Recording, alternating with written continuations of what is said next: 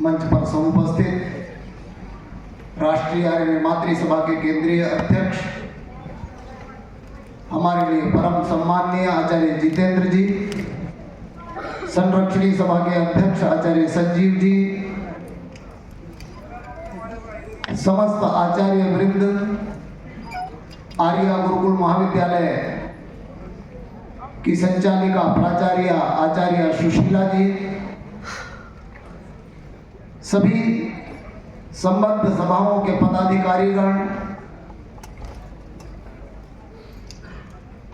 आर्य युवा संघ एवं आर्य छात्रा संघ के पदाधिकारीगण, पदाधिकारिणीगण, उपस्थित युवा और युवतियों, आज हम बलिदान दिवस मना रहे हैं। वास्तव में कल है, लेकिन हम एक दिन पहले मना रहे हैं। मेरा एक छोटा सा प्रश्न है, क्या बलिदान व्यक्ति शौक से देता है? क्या बलिदान देने की उसे कोई शिक्षा दी जाती है? क्या बलिदान देने के लिए कोई ट्रेनिंग होती है? क्या बलिदान देने के लिए कोई मोटिवेशन होता है? बोलो, मनुष्य बलिदान कब देता है? कभी सोचा? याद रहे युवाओं और युवतियों, मनुष्य बलिदान तब देता है जब उसके जीवन मूल्य नष्ट भ्रष्ट किए जाते हैं, जब उसकी जीवन पद्धति नष्ट की जाती है, जब उसकी संस्कृति, उसकी सभ्यता, उसकी स्वतंत्रता, उसकी स्वाधीनता को पैरों तले कुचल दिया जाता है। तब विवेकशील बुद्धिमान मनुष्य अपना बलिदान देने के लिए और दुर्जनों का बलिदान लेने के लिए विवश हो जाता है। और यही हमारे क्रांतिकारियों का ध्येय था कि जिस अत्याचार से भारतवर्ष के करोड़ों करोड़ों लोग सैकड़ों वर्षों से पददलित किए जा रहे थे, लगभग 750 वर्ष मुसलमानों की गुलामी हमारे पूर्वज झेल रहे थे, और उसके ऊपर अभी मुसलमान गए ही नहीं थे कि 250 वर्ष अंग्रेजों की गुलामी हमको झेलनी पड़ी।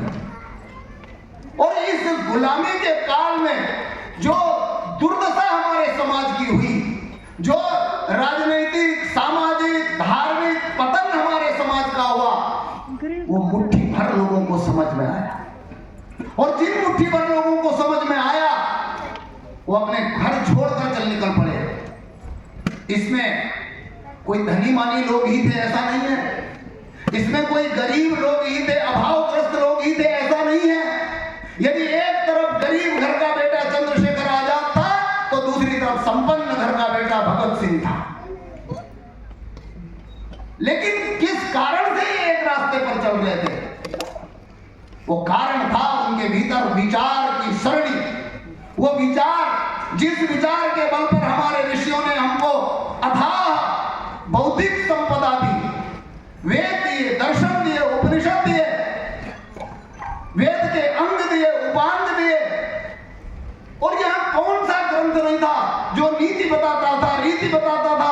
अरे युद्ध का शास्त्र गीता यहां उपस्थित थी, और फिर भी हम गुलाम हो गए।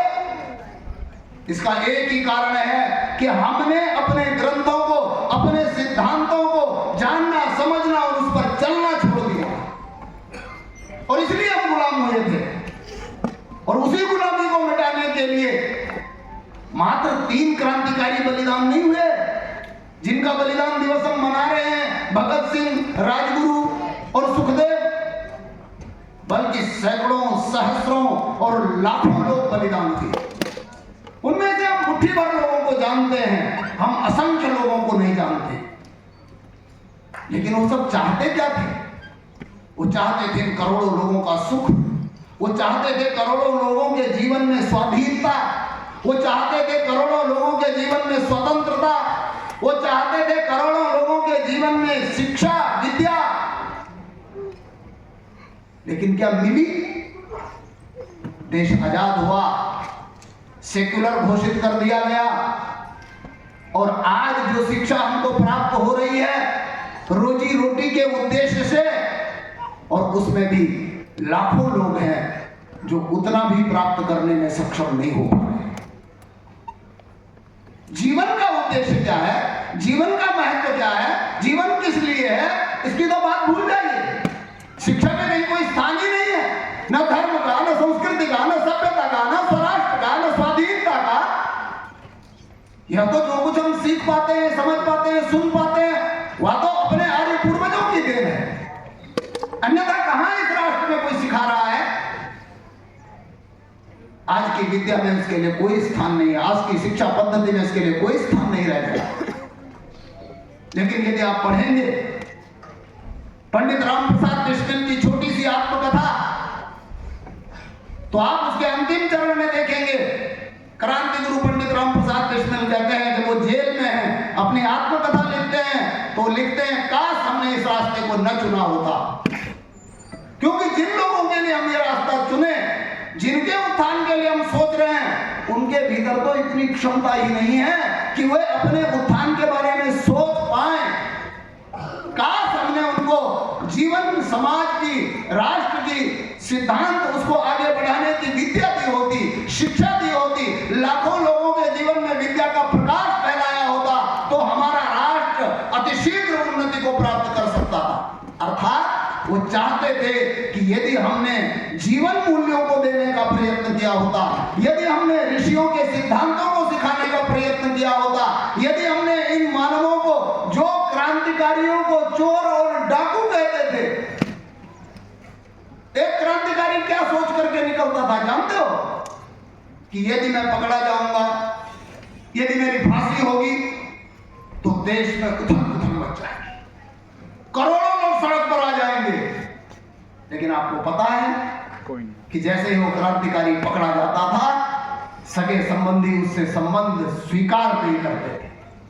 लोग उसको चोर और डाकू कहते थे, आतंकवादी कहते थे, और उसके विपरीत बयानबाजी करते थे, और पुलिस को उसकी गुप्त सूचनाएं देते थे।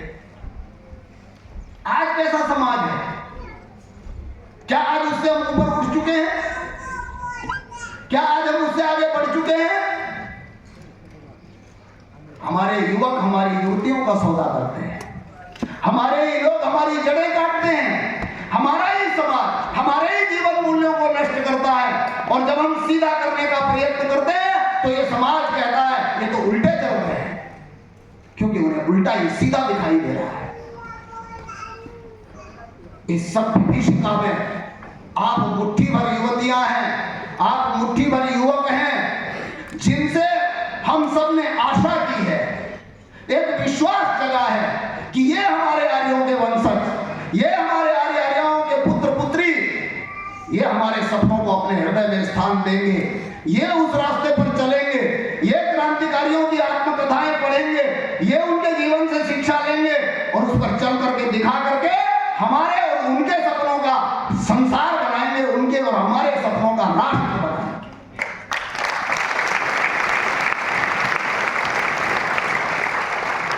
और इसी के लिए आर्य महासंघ और आर्य महासंघ की जितनी सभाएं हैं, राष्ट्रीय आर्य निर्मात्री सभा, राष्ट्रीय आर्य संरक्षणी सभा, राष्ट्रीय आर्य संवर्धिनी सभा, राष्ट्रीय आर्य क्षत्रिय सभा, राष्ट्रीय आर्य छात्र सभा, ये सब इसी उद्देश्य के लिए लगे हैं कि हम पंडित रामप्रसाद बिस्मिल का सपना साकार करेंगे, हम ऋषि दयानंद का सपना साकार करेंगे, हम अपने करोड़ों लोगों को विद्या देंगे। आपको पता है युवाओं और युवतियों, जिस वेद विद्या की चर्चा आज इस मंच से महिला भी कर रही है, पुरुष भी कर रहा है, युवक भी कर रहा है, युवती भी कर रही है, हमारे ही देश के कुछ लोगों ने इस चर्चा पर ही विराम लगा दिया था। कहते थे स्त्री शूद्रो नाधीयताम, कहते स्त्री और शूद्र को पढ़ने का अधिकार नहीं है। कहते हैं यदि ये मंत्र बोले तो इनके जिह्वा को काट लो, अगर ये वेदों का उच्चारण करें तो इनकी बोलने की क्षमता छीन लो, यदि ये मंत्रों को सुने तो इनके कान में शीशा खोल कर डाल दो। और बात बात में तो न जाने लोगों ने क्या क्या जोड़ दिया, किन किन परिभाषाओं से इन सबको अलंकृत किया। और आज हमारा वो वर्ग जिसको हम शूद्र कहते थे, आज वो क्या कह रहा है? आज वो कह रहा है हम इस देश के मूल निवासी हैं, और जितने सवर्ण हैं, ये तो इस देश में बाहर से आए। अर्थात संघर्ष जहां पहले एक दूसरी दिशा में चल रहा था, वहां अब एक दूसरी दिशा में चल रहा है। लाभ न उसमें था, लाभ न इसमें है। याद रहे, इसमें भी लाभ नहीं है और उसमें भी लाभ नहीं था। लाभ है तो उसमें है जो पथ ऋषि दयानंद ने दिखाया। और ऋषि दयानंद ने घोषणा की कि यह जो वेद विद्या है, यह जो शिक्षा है, इस पर सबका अधिकार है। नर हो या नारी हो, शूद्र हो या वैश्य हो, क्षत्रिय हो या ब्राह्मण हो, कोई जन्म से नहीं है। अगर हैं तो वो अपने गुण कर्म से हैं, वो अपनी विद्या से हैं, वो अपने विचार से हैं। जिसका विचार सबसे श्रेष्ठ है वो ब्राह्मण है। जिसका बल विचार के साथ साथ उसके पास है वो क्षत्रिय है। जिसका व्यापार है किंतु विद्या से ओतप्रोत है वो वैश्य है। और जो शूद्र है, जो सेवा करता है, जिसको आज की भाषा में 4th क्लास कर्मचारी कहते हैं, वो अभी विचार से ओतप्रोत हो। लेकिन दुर्भाग्य देखो, लोगों ने इनको जातियां बना दिया, समाज को टुकड़े टुकड़े में बांट दिया, छुआछूत, ऊंच नीच और इस प्रकार का जहर फैला दिया कि आज हम ही हमारे शत्रु हो गए।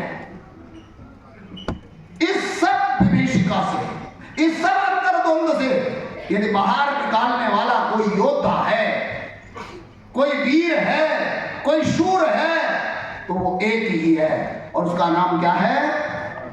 बोलो, आर्य। क्या नाम है? आर्य। आवाज नहीं आ रही है। आर्य। क्या नाम है? आर्य। इसलिए हम बार बार आपसे आग्रह करते हैं, इसलिए प्रातः काल से अब तक के सभी वक्ताओं ने आपसे एक ही आग्रह किया है कि आप आर्य पथ पर दृढ़ता से चलते रहो।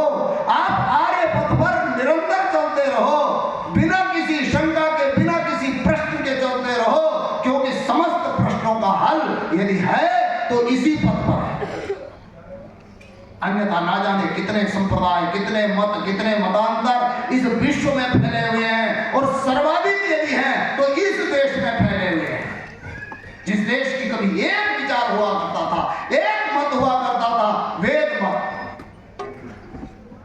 और इसी के लिए आर्य महासंघ संकल्पित है। आर्य महासंघ की सभी सभाएं संकल्पित हैं। आपके माता पिता, आपके संबंधी जिन्होंने आज आपको अपने परिश्रम से यहां भेजा है, ना जाने कितनी बार फोन किया, कितनी बार संपर्क किया, वाहनों की व्यवस्था की, कहीं ना कहीं आपका सहयोग किया, उन सबका एक ही उद्देश्य है, एक ही लक्ष्य है, एक ही सपना है कि आप आर्य पथ पर चलें। बोलो, तैयार हो? जी। आवाज नहीं आ रही है जी। बोलो, तैयार हो? तैयार है। अरे इन उपकार करने वालों के साथ धोखा तो नहीं करोगे? नहीं। अरे इनके साथ विश्वासघात तो नहीं करोगे? नहीं। अरे पद से विचलित होकर के कहीं मिलेच्छों के साथ तो नहीं चल पड़ोगे? कहीं दुर्व्यसनों में, कहीं दुर्विचारों में, कहीं मांस आदि में और कहीं ना जाने किस किस प्रकार के नशों में फंस करके बर्बाद तो नहीं हो जाओगे? नहीं। बोलो, नहीं। अगर आप सब तैयार हैं तो आर्य महासंघ भी तैयार है। और आज देश के लगभग 13 राज्यों में लगभग 4 लाख लोगों को आर्यकरण की शिक्षा देकर के संगठन खड़ा है। बहुत बड़ी संख्या में है युवाओं और युवतियों, लेकिन मात्र 2003 से प्रारंभ हुआ ये कार्य यदि आज संपूर्ण विपरीत परिस्थितियों में यहां तक पहुंचा है तो यह छोटा कार्य भी नहीं है। लगभग 4 लाख युवक और युवतियां आर्य प्रशिक्षण सत्रों के माध्यम से आगे बढ़े हैं और निरंतर संघर्ष कर रहे हैं और जैसे तैसे आगे बढ़ रहे हैं। 14 राज्यों में आर्य महासंघ का कार्य चल रहा है और इसके साथ ही साथ एक तरफ जहां विद्या का कार्य है, वही आर्य क्षत्रिय सभा, जिसके अध्यक्ष आर्य अजय जी यहाँ बैठे हुए हमारे मध्य में, ये आपके प्रशिक्षण की व्यवस्था करते हैं। अभी कुछ प्रशिक्षकों के व्याख्यान आपने सुने हैं। मुख्य प्रशिक्षक आचार्य रामवीर जी आपके बीच में थे, उनके सहायक प्रशिक्षक आर्य बलजीत जी आपके बीच में थे। इन सब ने आपका आह्वान किया है कि आप आओ और जब हम बुलाएं तब शारीरिक शिक्षा ग्रहण करो। समय समय पर सत्र लगते रहते हैं, कैंप लगते अपने शरीर का बल बढ़ाएं, आप बौद्धिक सत्रों में आकर के अपनी बौद्धिक क्षमता बढ़ाएं और दुर्धर्ष बन करके आर्य बने। आर्य महासंघ के इसके साथ साथ अनेक प्रकल्प चल रहे हैं, जिनमें से एक प्रकल्प है आर्य कन्या गुरुकुल, आर्य गुरुकुल महाविद्यालय करना, जहां आपकी बहनों के लिए, आपके घर में पढ़ने वाले बेटियों के लिए व्यवस्था की गई है कि वो भी वेद की शिक्षा ग्रहण करें, वो भी व्याकरण शास्त्र को पढ़ें, दुर्धर्ष बने, विदुषी बने। लेकिन आज भी मुझे लगता नहीं कि जितना परिश्रम हो रहा है, मैं यदि पूछूं कि एक महीने में कितनी फीस ली जाती है जी कन्या गुरुकुल की बालिकाएं बताएं, घर वालों से कितनी फीस ली जाती है? 3000 रुपए। क्या 3000 रुपए में वर्तमान में इस संसार में कोई आपको पढ़ा सकता है, कोई आपको खिला सकता है, कोई आपको रहने की व्यवस्था दे सकता है? मात्र 3000 में रहना, खाना, पढ़ना, सारी व्यवस्थाएं। लेकिन ये 3000 में नहीं होता युवाओं, वो अपना 3000 तो हमारे अभिभावक लोग गिन लेते हैं, लेकिन ये नहीं देखते कि इसके साथ संगठन का लगभग जो है 12,000 रुपए और खर्च होता है, तब जाकर के शिक्षा की पद्धति चल पाती है।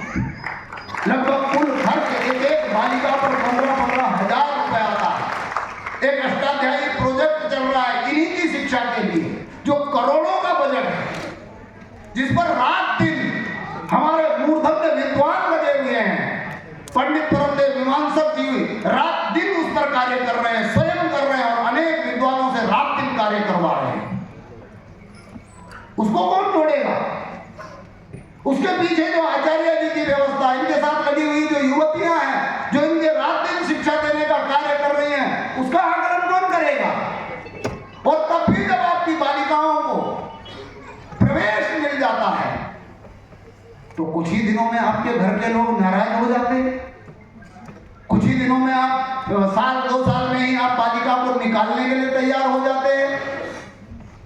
क्या ऐसे शिक्षा बढ़ेगी? इसलिए मैं आप लोगों से कहना चाहता हूं, जो अभिभावक वर्ग आज यहाँ आया हुआ है, जो युवक यहाँ आए हुए हैं, जिनकी बहिनें गुरुकुलों में पढ़ रही हैं और यदि नहीं पढ़ रही हैं आगे भविष्य में पढ़ने वाली हैं, तो याद रहे, एक बार प्रवेश देने के बाद जब तक शिक्षा पूरी ना हो तब तक उसकी ओर देखने की आवश्यकता, बोलो, नहीं होनी चाहिए। नहीं होनी चाहिए। विश्वास करो, ये विद्या एक दिन में नहीं आती है, ये कोई चमत्कार का कार्य नहीं है, यह निरंतर चलने वाला कार्य है। और जब इसको पूर्ण परिश्रम के साथ लोग कर रहे हैं, जब अपने आचार्यगण लगे हुए हैं, तो आपको इस पर विश्वास रखना चाहिए, इसके साथ आगे बढ़ना चाहिए।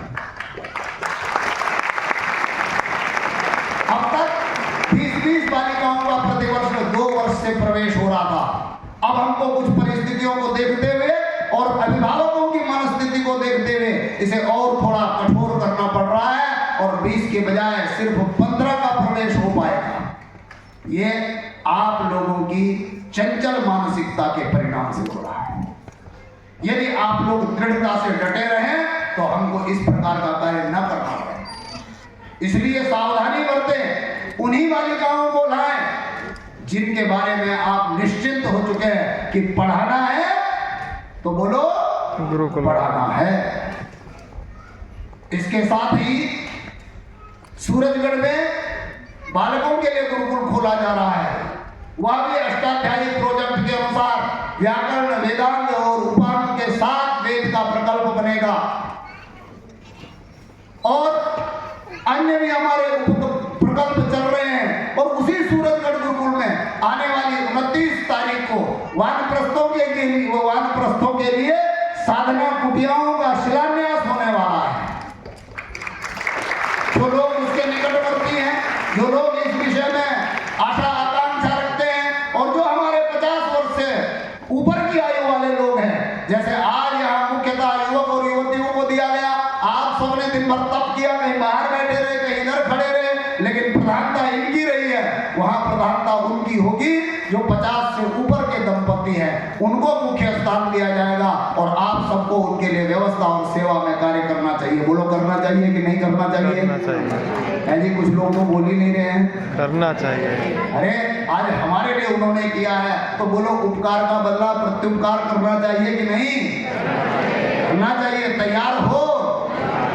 साथ ही मैं आपको आमंत्रण देता हूं अपना ही एक प्रकल्प सांगोपांग वेद विद्यापीठ आर्ष गुरुकुल टटेसर है, जहां पर चारों वेद सस्वर रीति से पढ़ाए जाते हैं।